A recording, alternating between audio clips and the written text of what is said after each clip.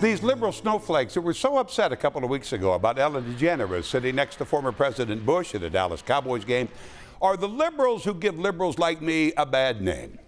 Now, I do think Mr. Bush was a horrible president, like I think many of them are.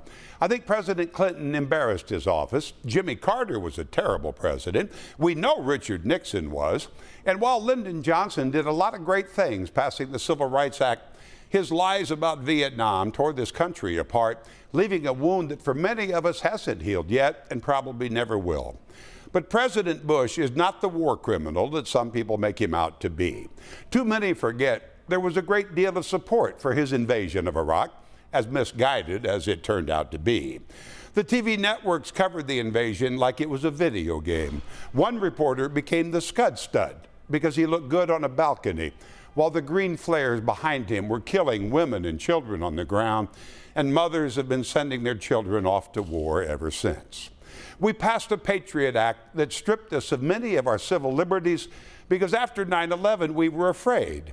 And we ignored the warning of Benjamin Franklin, who said, "Those who would give up essential liberty to purchase a little temporary safety deserve neither liberty nor safety."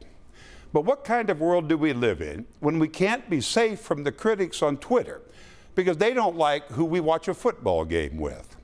My two best friends, my two very best friends, one is a black man raised in New York City, a graduate of Harvard Law School, a judge in Texas now, and politically is left of left.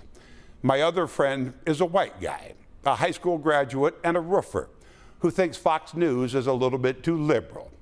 And my life is better because they are my friends. We spend a lot of time together, a little wine, a good cigar, one on my left and one on my right, arguing about this crazy world we share. I always sit in the middle because I am the voice of reason. But these liberal snowflakes are giving a liberal like me a bad name.